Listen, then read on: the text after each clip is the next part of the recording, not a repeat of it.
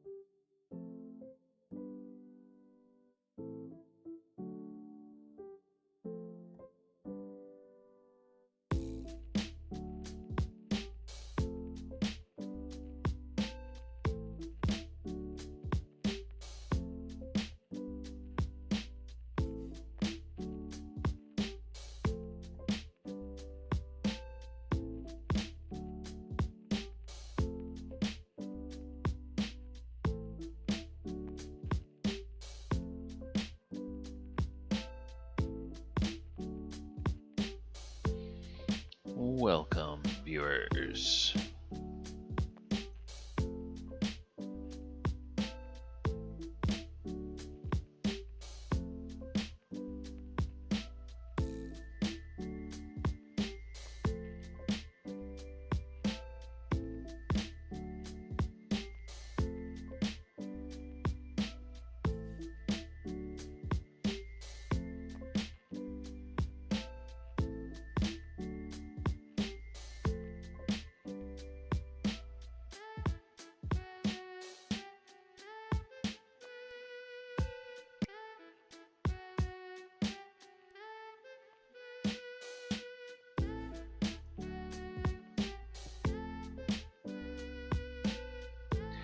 Alright, we're gonna turn the music down a little bit. So it'll be a little bit in the background. And I'm gonna start the recording. And welcome everybody to Monster Monday. My name is DM Gallibond, and tonight on Monster Monday, we are talking about the history of the Umber Hulk in D&D. Want to remind you guys in the chat we have a link to our new and improved, updated, and fun Discord that we have available for everybody. You can join us there on that Discord. That will give you a chance to interact with us during the week, between sessions. You can talk to myself, talk to the players, throw in questions or suggestions about Monster Monday or any of the other content that you see on the YouTube channel or the Twitch stream. Alright, but let's dive right in now to the Umber Hulk, and we are going to look at what exactly the Umber Hulk is. This is a picture of the Umber Hulk out of 2nd edition D&D, and as always when we talk about the description, we go back to the earliest appearance in the game and bring that description forward. So back in 1st edition is where we first meet the Umber Hulk, and in that edition we learned that Umber Hulks are black, shading to yellowish gray on the front. Their head is gray on top and the mandibles are ivory colored. Because of their dark color, they can easily be mistaken for some humanoid creature at 40 feet or more distance. Okay, as you can see, this thing stands upright and it has all these little bristly hairs, kind of like an insect, but it's shaped kind of like an oddly proportioned humanoid in armor. Now, in 2nd edition, we learn Umber Hulks are tremendously strong, standing nearly 8 feet tall and over 5 feet wide. Muscles bulge beneath their thick, scaly hides, and their powerful arms and legs all carry great claws. They have no necks to speak of, but the head features a powerful maw with rows of triangular teeth and 8-inch mandibles capable of biting through any hide or bone. Most peculiar of all are the 4 round eyes spaced evenly across each Umber Hulk's forehead. Umber Hulks are black, shading to a lighter shade of yellowish gray on the front. Their eyes are mere blackened dots, each the size of a small coin. Alright, so that's what we learn about Umber Hulks in 2nd edition. And then in 3rd edition, pretty much a subset of what we learned in 2nd edition. Umber Hulk stands roughly 8 feet tall, measures nearly 5 feet wide, weighing about 800 pounds. An Umber Hulk can burrow through solid rock at a speed of 5 feet per round. It does not leave a usable tunnel unless it chooses to. Now that is 3rd edition, a 3rd edition feature of the monster. As we'll see, that hasn't always been consistent, that particular little detail about them. Now, we look on this particular screen, we see a depiction of the 5th edition Umber Hulk. Hey, wait a minute. I thought they were supposed to be all black, right? Well, apparently not. Now, this guy looks like he went and got himself some copper tone, and then he went to the beach and laid out and got him a nice tan. So, Umber Hulk lore, where we start with the descriptions from the oldest to the newest. With the lore, we begin with the current edition and we look backwards to find out more about the lore. So in 5th edition lore, we learn that the Umber Hulk is a mind scrambler. Many survivors of an Umber Hulk encounter recollect little about the attack because the monster's confusing gaze scrambles their memory of the event. Those who fought and killed Umber Hulks recognize the signs. For other denizens of the Underdark, grisly tales of vanished explorers and wanton destruction speak of an unknown foe. Umber Hulks take on supernatural status in these harrowing stories, many of which convey the same warning. Once an Umber Hulk has been spotted, it's already too late to escape it. Alright, and then in 4th edition, we learn about the lore. Umber Hulks are among the oldest creatures in the cosmos.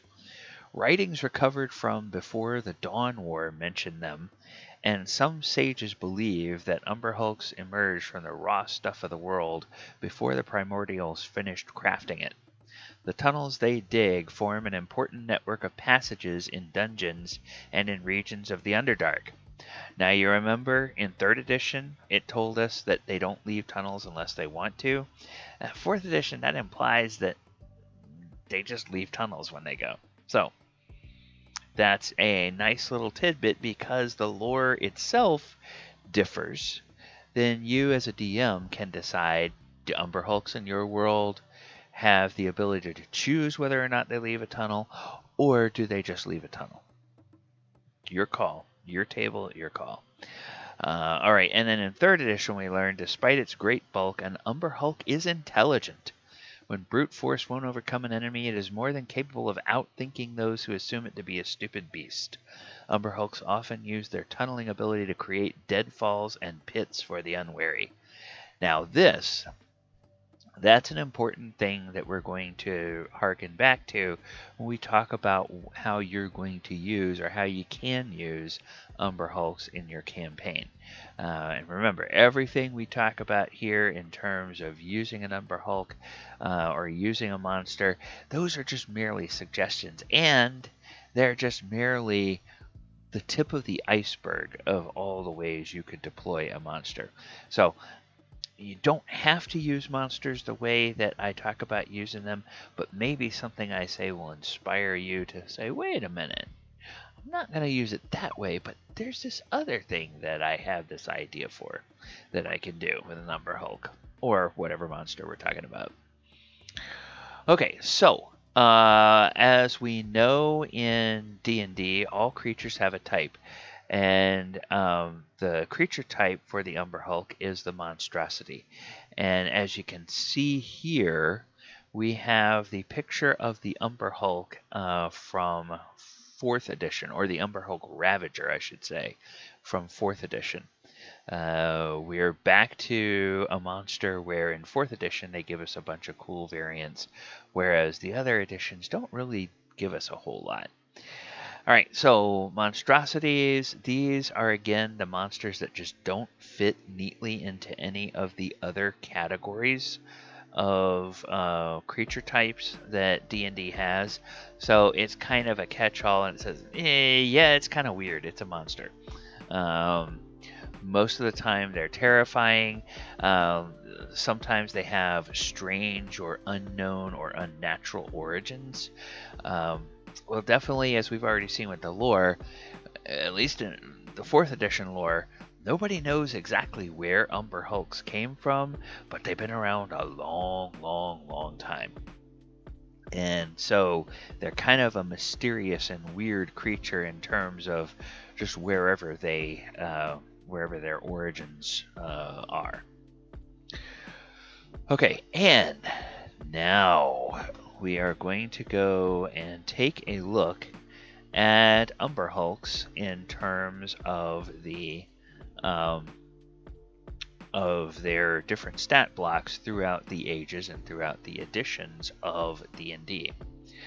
As we mentioned before, Umber Hulks first came into the game way back in AD&D, or 1st edition. And Umber Hulks were rare. They have an armor class of 2, which is pretty good. They move 30 feet, or actually they move 60 feet in the parlance here. So 6 inches, it's a weird scale. 6 inches means that they move 30 feet or 60 feet in an indoor environment. In an outdoor environment, it means they move 60 yards. So that's kind of a weird thing they did in 1st edition, and thankfully they went away from that later on because it was just very complicated. They have 8+8 hit dice, which makes them fairly tough. They've got a treasure type. They've got 3 attacks: the claw, the bite. So each of the claws is 3d4, and the bite is now 2 to 10. 2 to 10. You know what we have here, folks? We have a misprint. Tell me how you can have 2 even-sided die and roll a 10 as the max. You can't. So either this would be either this is supposed to be 3 to 10, which would be 1d8 plus 2 for the bite, or it should be 2 to 12, which is 2d6. So again, this is an edition that's not currently being used by a whole lot of people, so it's up to you what you would do with this. But I love it when we find these like little misprints that got through the editors at TSR. Mostly it's TSR stuff where you could tell they were like editing at 3 o'clock in the morning and it was just not enough coffee, and they they missed some of these things. Okay. Umber Hulks are subterranean predators. Iron-like claws mean they can burrow through solid stone at 10 feet per turn, which is a turn is 10 minutes, and then they can go through soil at 60 feet per turn. So their prey includes young purple worms and keg and similar monsters, but the favorite prey of the Umber Hulk is humans. An attack with claws and powerful mandibles. Any intelligent creature which views the Umber Hulk's 4 eyes squarely must save versus magic or be confused for 3d4 melee rounds. And these creatures do have their own language, so that implies, even back then when their first appearance in the game, that they had some intelligence because they're smart enough to have their own language. And also, notice how the art has changed. So in this edition, they've got these 2 little central eyes and then bigger eyes that are, and they're all more kind of mammalian. In some of the other artwork, some of the eyes look like compound eyes, and other eyes look more like reptilian or mammalian eyes. Alright, so then second edition, we get 2 different varieties. We get the on-land Umber Hulk, and we get the aquatic Umber Hulk. So the Umber Hulk is the standard subterranean on-land Umber Hulk, and then the Vodyanoi is the freshwater aquatic Umber Hulk. And they're both have the armor class of 2. The Umber Hulk has a slightly more hit dice, slightly better THAC0, so it can hit better. They have same number of attacks, same damage per attack, same size. And then the Umber Hulk is a slightly more XP value than the Vodyanoi. But what we learn about these, we learn that they dwell in the depths of the earth. They raid dungeons for food, much in the way anteaters raid ant colonies, eating their fill and then moving on to let the colony recover. They're usually solitary hunters. Males and females mate and then go their separate ways. No culture is known, but it's rumored that there may be entire cities of these beings underground, with tunnels that radiate out like threads of a spider's web towards the nearer dungeons and mountain ranges. And then one saving. Okay, here we talk about their combat. They are intelligent opponents. They usually dig to a point adjacent to a main corridor and then wait, peeking through a crack they've made until likely prey walks by. Then the Umber Hulk springs out through the wall onto its startled victim. And when it uses its technique, the opponents have a -5 modifier on their surprise rolls. Other tactics involve planned cave-ins and dead-end tunnels where an Umber Hulk can wait for victims to come to him. And then in melee, they deliver a vicious bite, but their main weapon is their great claws, and worse, looking into their eyes causes confusion as per the spell, unless a saving throw versus spells is made. And in addition to this confusion attack, the outer eyes of an Umber Hulk provide the creature with infravision to a distance of 90 feet. And then they're slow, which is the one saving grace. Umber Hulks never fight to the death unless cornered, which is rare since they can dig through solid stone. If hard pressed, they won't hesitate to cause a cave-in and then dig their way to freedom. So then the Vodyanoi are aquatic predators related to the Umber Hulk. They live in deep bodies of fresh water, so way deep down in the bottom of a freshwater lake. Skin is green and slimy to the touch, but beneath it is a thick, knobby hide. Clawed feet are webbed. They prey on all manner of creatures, but prefer human flesh. They can rend the hulls of small vessels and frequently sink or overturn small boats. And they can attempt to summon 1 to 20 electric eels with a 50% chance of success. The existence of a saltwater variety of Vodyanoi of twice the size and greater ferocity is rumored but unconfirmed. So again, another variety you could potentially throw into your campaign if you want. A saltwater Umber Hulk. Maybe one that's powerful enough to start biting through the hull of a ship that your party is on as they're trying to travel from one part of your world to another as they're sailing. Hey, what's that knocking we hear on the bottom of the boat? I don't know. Somebody go check. Yeah, there's this great big huge thing that's attached to the boat and trying to bite its way through. Oh, we better go kill it. Alright, now 3rd edition. We have an Umber Hulk, and we have the truly horrid Umber Hulk. I just like that one. The truly horrid Umber Hulk. So, the regular Umber Hulk is a large creature. The truly horrid version is a huge creature. The Umber Hulk has 71 hit points. The truly horrid Umber Hulk has 270 hit points. And then armor class version, or armor class difference 18 for the regular, and the truly hard armor class 22. The attack bonus for the regular version is plus 11. The truly hard gets a plus 26 attack bonus. So you can tell that that's a much more powerful monster, in all the way around. They have the confusing gaze. Normal Umber Hulk has a 10-foot reach, so it can reach something 1 square away, and then 15-foot reach means it can reach something 2 squares away. And then the difference in challenge rating, the regular one is CR7, the truly hard is CR14.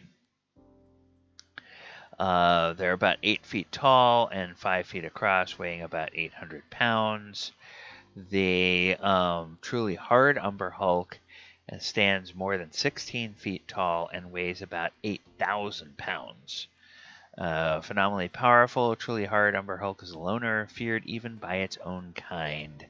Occasionally found in the service of evil dragons or sorcerers guarding their lairs. So that is another very interesting thing about these is, well, yeah, they're semi-intelligent, so maybe they can be employed by something even more terrifying than they are, as, like a bouncer. A bouncer at the dragon's personal club evil. You want to get in, you deal with a truly hard Umber Hulk at the door. And he doesn't like anybody. So that's basically the Umber Hulk in 3rd edition. Just the regular size, and the supersize. Then we get to 4th edition, where we get some interesting varieties here. You have the Garden Variety Umber Hulk, who is a level 12 elite soldier, 248 hit points and an armor class of 30. Now, remember, 4th edition, completely different scale than all the other editions, so the hit points and the armor class are just sort of, they only make sense within 4th edition. They don't make sense in any of the other editions of the game. But it's kind of cool to see some of the abilities they have. They have this grabbing double attack.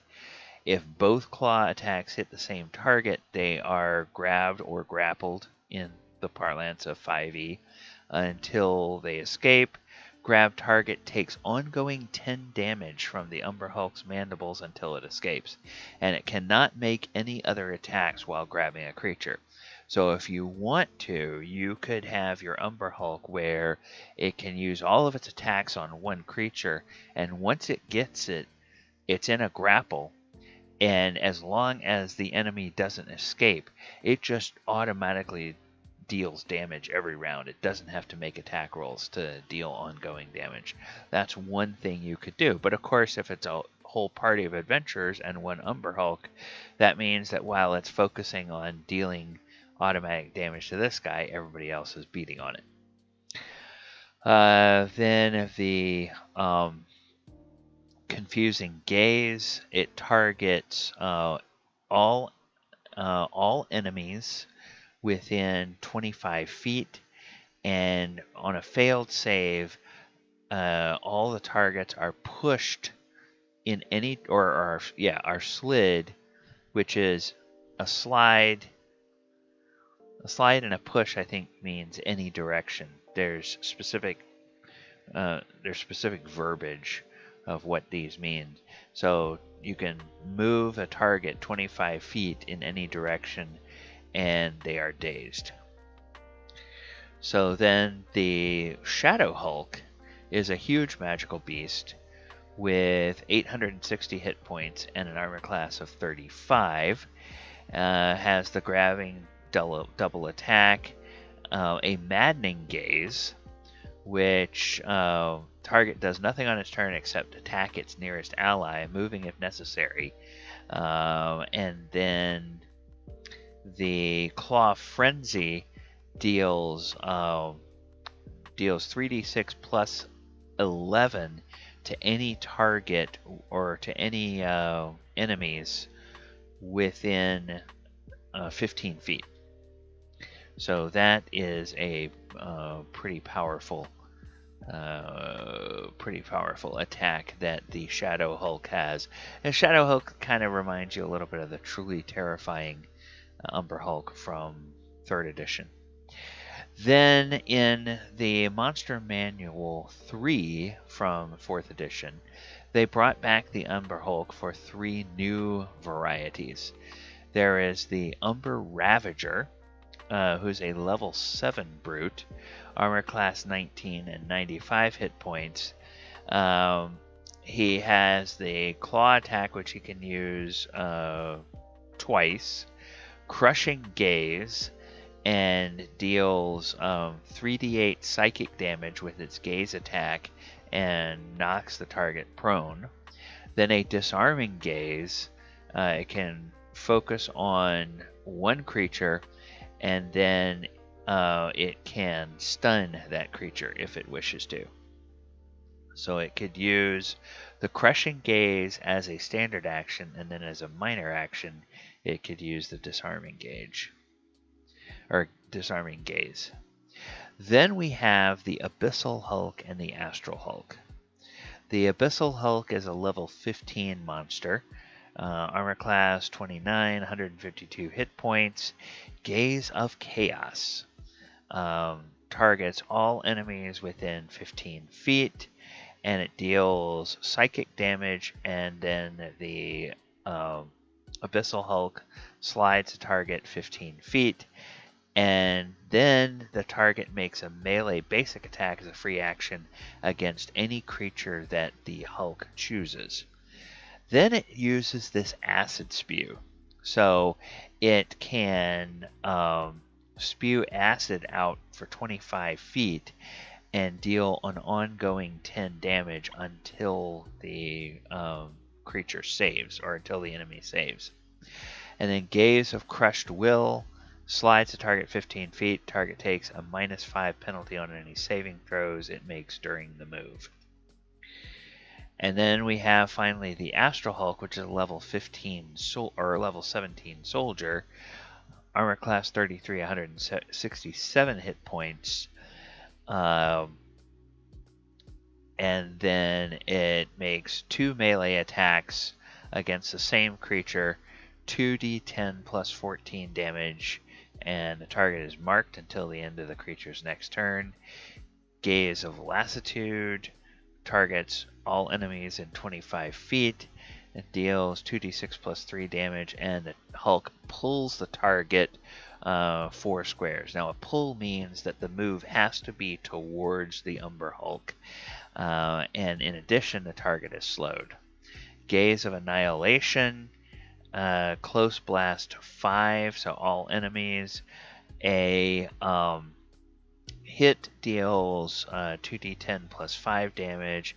On a miss, it automatically deals half damage. So that's one of those where even if it misses you with the attack, it still affects you.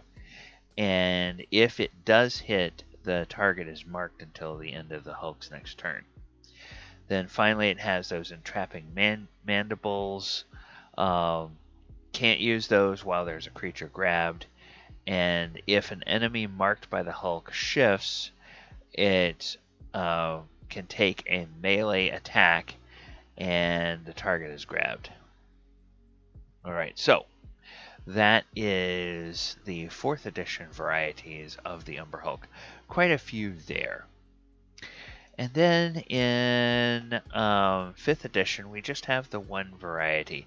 We have a couple of cool different details about it. We have a sketch, nice sketch here of the Umber Hulk, the head of the Umber Hulk with these little antennae and the jagged mandibles that it uses to grapple its prey. So an Umber Hulks is the abominable horror from deep beneath the earth, burrows into cave complexes, dungeons, or the underdark settlements in search of food. And the survivors of an attack usually remember precious little of the incident because of the mind-scrambling gaze. And then they're devious delvers. They burrow through solid rock, forming new tunnels. Steel-hard chitin of its body can withstand the cave-ins, tunnel collapses, and rock falls that commonly follow it. And again, it talks about how they will burrow into the wall of a cavern or passageway from the other side and lay in wait for creatures to pass by with those feelers pressed against the other side of the wall to sense the vibrations.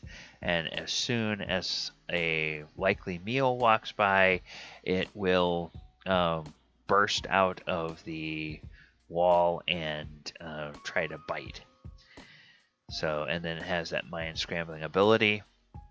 Umber Hulks have an armor class of 18, 93 hit points. They walk at 30 feet, burrow at 20 feet. They have a CR 5, and then the confusing gaze. When a creature starts its turn within 30 feet and is able to see the Umber Hulk's eyes, Umber Hulk can magically force it to make a charisma save unless the Umber Hulk is incapacitated. On a failed save, it can't take reactions until the start of its next turn and rolls a d8 to determine what it does during that turn. 1 to 4, it does nothing. 5 or 6, it takes no action but uses all its movement to move in a random direction. 7 or 8, creature makes 1 melee attack against a random creature, or it does nothing if no creatures are within reach. And unless surprised, the creature can avert its eyes to avoid the saving throw at the start of its turn. And then they're a tunneler. They burrow through solid rock at half the burrowing speed and leave a 5-foot wide, 8-foot high tunnel in its wake. Now, Remember that one edition that said it can choose whether or not it uses or it leaves a tunnel behind? 5th edition explicitly says that when it tunnels, it leaves a 5-foot wide, 8-foot high tunnel in its wake. So, now what does that mean? That means if you're playing a 5e game and you're a stickler for following the rules as written, you've got a tunnel.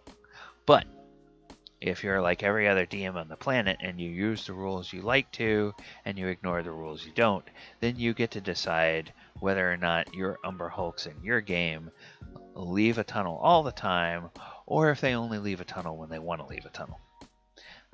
So that would be something that you can mine from that. And then this is just the same thing in the D&D Beyond monster entry as opposed to the monster manual monster entry. All right, so let's go back to our slides here, and if we talk about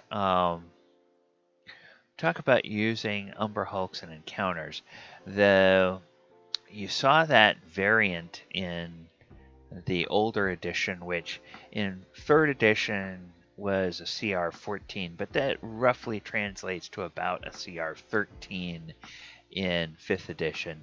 So while the variant reaches that high, the normal Umber Hulk is a CR 5 monster. So if you want to create a hard encounter for a party of 5 PCs by level, consider the following party level limits. If it's a level 3 party, just an Umber Hulk by itself is going to be a hard encounter.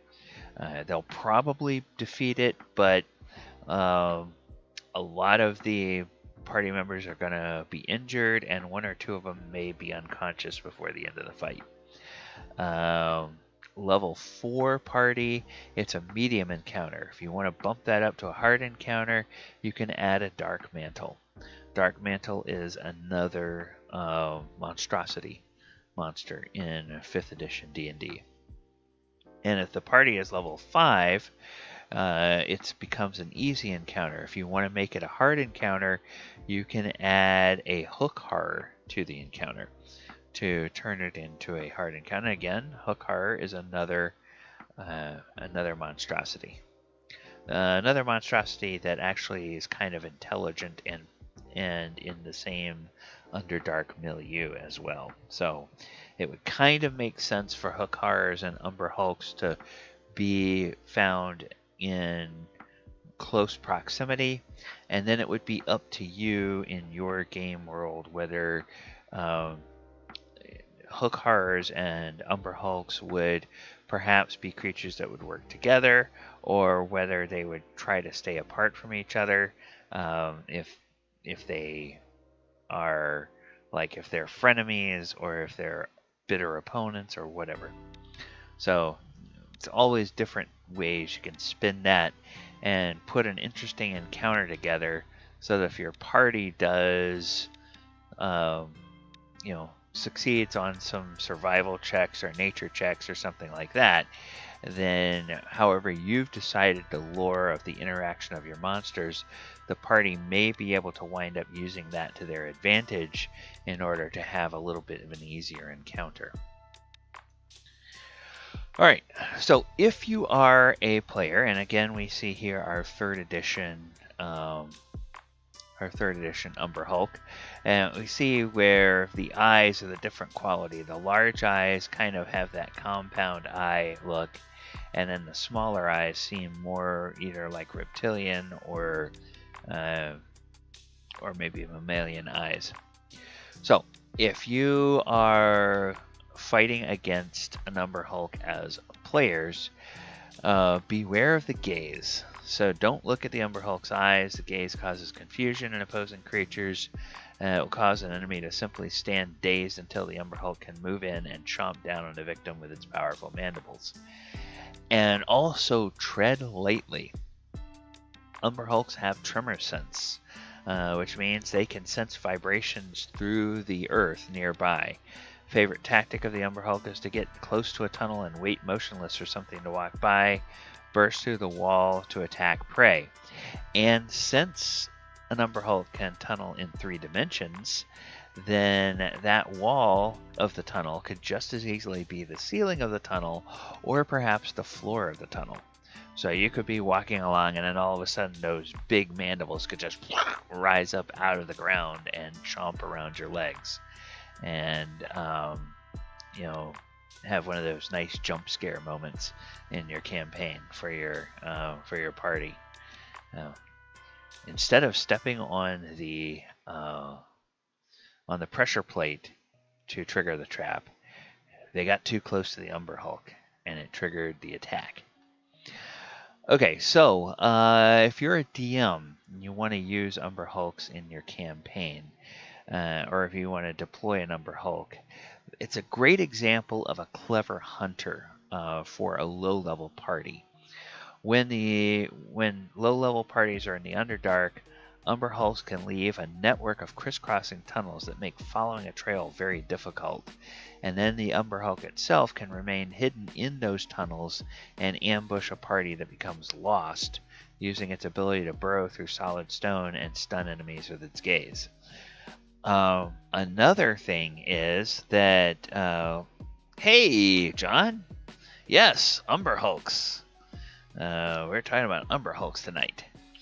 So another thing you can do is if you have one of those kind of parties or one of those kind of campaigns where they're on a collection quest, you could maybe have a low-level party that is employed by a powerful wizard in a tower that needs components for spells, or an alchemist in a town that needs components for spells and says, okay, I'm trying to make a spell that's going to confuse the king's enemies. I need eyes of an Umber Hulk. So, adventurers, I want to send you out. Go to these caves over here and go find the Umber Hulk and kill it and bring me back the eyes.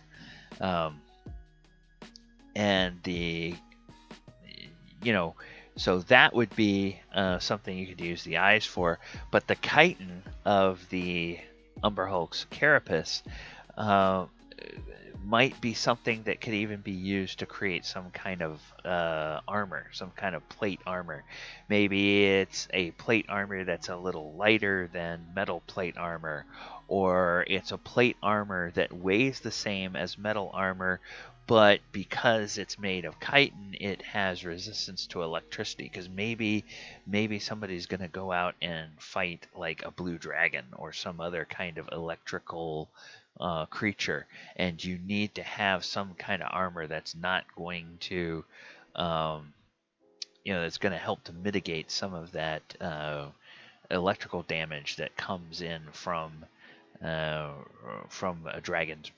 blue dragon's breath, or whatever the other creature is that might use lightning as part of its attack. So that's kind of a little bit of a different ways you can deploy an Umber Hulk as a DM and make it a sort of an interesting encounter and have a purpose for them going out and finding an Umber Hulk, as opposed to just simply stumbling across an Umber Hulk while they're doing something else. Now, if you want to place Umber Hulks in your campaign, a couple of ideas here. Remember that these guys are terrors of the Underdark. So when a low-level party is getting their first taste of exploring the Underdark, Umber Hulk is a great creature to toss in their path. Sort of the jump scare surprise attack these creatures make through the walls or floor of a tunnel, and the mind-bending gaze attack of those beefy and powerful mandibles help the PCs realize just how deadly and alien the Underdark can be. So that's one way you can use that.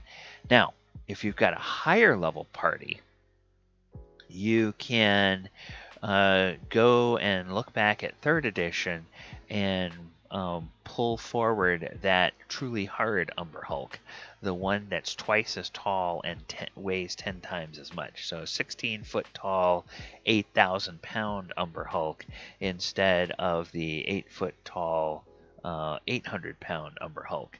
And the one that in 3rd edition is CR14, which for 5th edition would translate somewhere probably around CR13, CR14. And it's everything that you love about the Umber Hulk turned up to 11. No, not turned up to 11. Turned up to about 15 or 17. So if your party's adventuring in the Astral Sea or the Abyss, you could consider one of those 4E variants that we talked about, such as the Abyssal Hulk or the Astral Hulk, that live in those environments and preys on beings that are there instead of in the Underdark. All right, now in terms of reskinning the Umber Hulk, you can riff on the Umber Hulk, and one of the ways I thought about doing that is revolving around the tunneling feature of the monster. I really kind of like the idea that it's a monster that has that confusing gaze and the really powerful mandibles that can grapple and lock down an enemy. So if you think about changing out that tunneling feature and make that feature something else, well, there's a few things that come to mind. So instead of a creature that can tunnel through solid rock, what about a monster that goes through the trees and then can shoot sticky webs out at the PCs, or something that swims through the water, kind of like that old freshwater or saltwater version of the Umber Hulk, and then will drag the PCs in boats or on the surface to their doom. So have it be something that maybe has some sort of natural camouflage that makes it very hard to detect in the water until it strikes and bites you. Now, on land, another variation of the Umber Hulk might be a creature that instead of tunneling has the ability to go invisible, or has some sort of natural cloak of invisibility. Kind of think like the old 80s or 90s movie The Predator, where he had that armor that he could activate it, and then it would just sort of help him to blend in and camouflage into whatever the background was, and as long as he didn't move, he was virtually invisible. So the Umber Hulk might have some kind of natural feature like that, allowing it to evade notice until it attacks the party. And like I said, all of these different variations that I'm thinking about, they riff on swapping out that tunneling feature for something else. Now, you may look at the Umber Hulk and you may say, well, no, I kind of like the tunneling and I like the grappling mandibles. I want to swap out that confusing gaze for other kinds of attacks. Maybe it's other kinds of gaze attacks. Maybe it's swapping that out for a breath weapon attack. Maybe it's it's some other form of something that the monster does. So again, like I always say, the ideas that I throw out here on Monster Monday, it's not intended to be this is the only thing you can do. This is just sort of one way of looking at it. Might inspire you to think about some other things that you can do with the Umber Hulk, and turn that into a monster that you might want to use. All right, and now let me go and take a look at the comments here. All right, John. Yeah, I said hello to John. If you guys can think of any questions that you have about Umber Hulks, anything that you want to know that we didn't talk about during the show, go ahead and let me know. In the meantime, I'm going to go into the wrap-up. We're going to take a look at the wrap-up, and I'm going to tease a little bit what we're talking about next week on the show, and then I'll come back and look and see if we have more questions. All right, I have been DM Gallibond. This has been Monster Monday. Tonight we've talked about the Umber Hulk, one of the favorite old monsters from D&D. I have 3 other live streams that I do nearly every week, and I think this week all 3 of them are on schedule. So Sunday afternoons, 2 p.m. Eastern Time, we have our Walker of Waterdeep game. It's a 5e Planeswalking D&D campaign.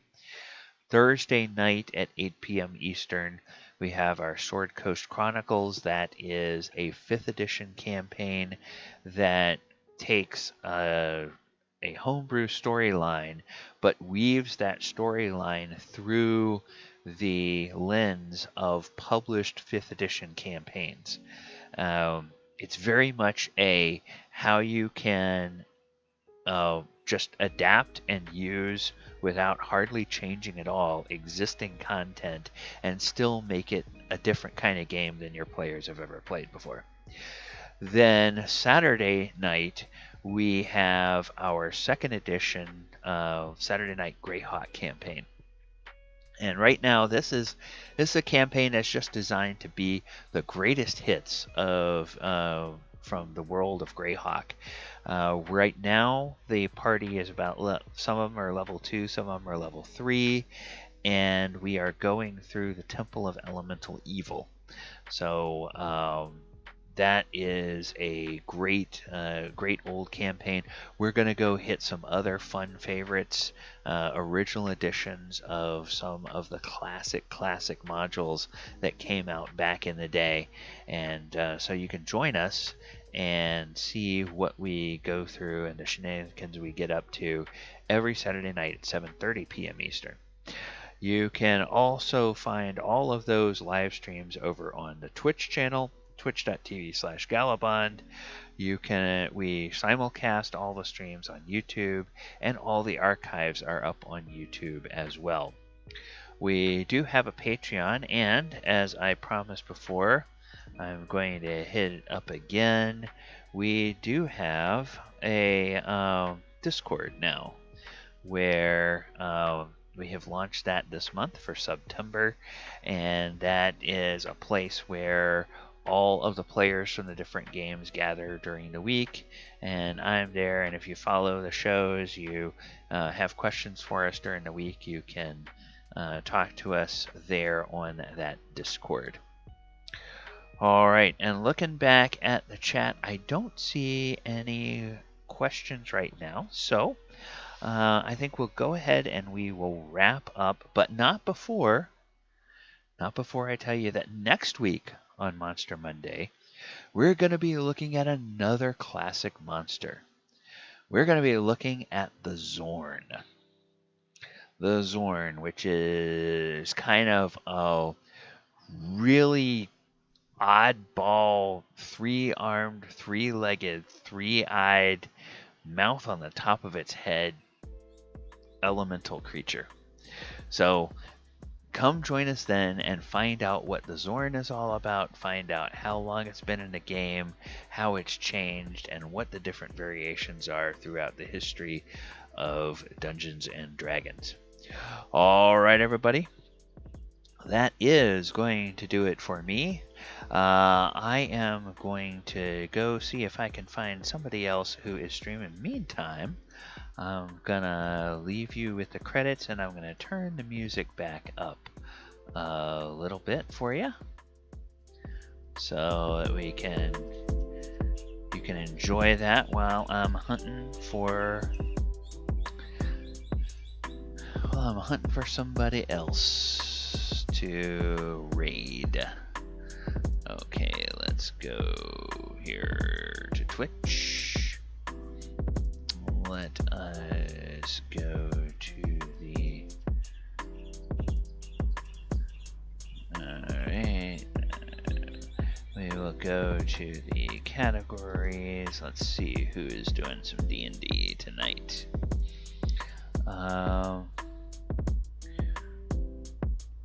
Alright. Okay, let's go take a look at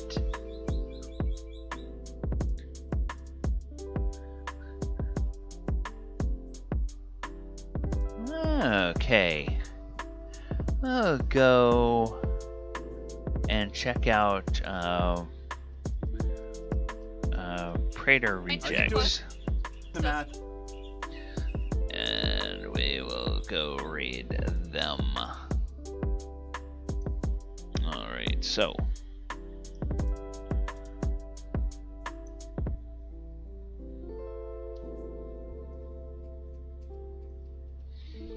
Alright, everybody. Hope you have a great week. And watch out for the monsters under the bed.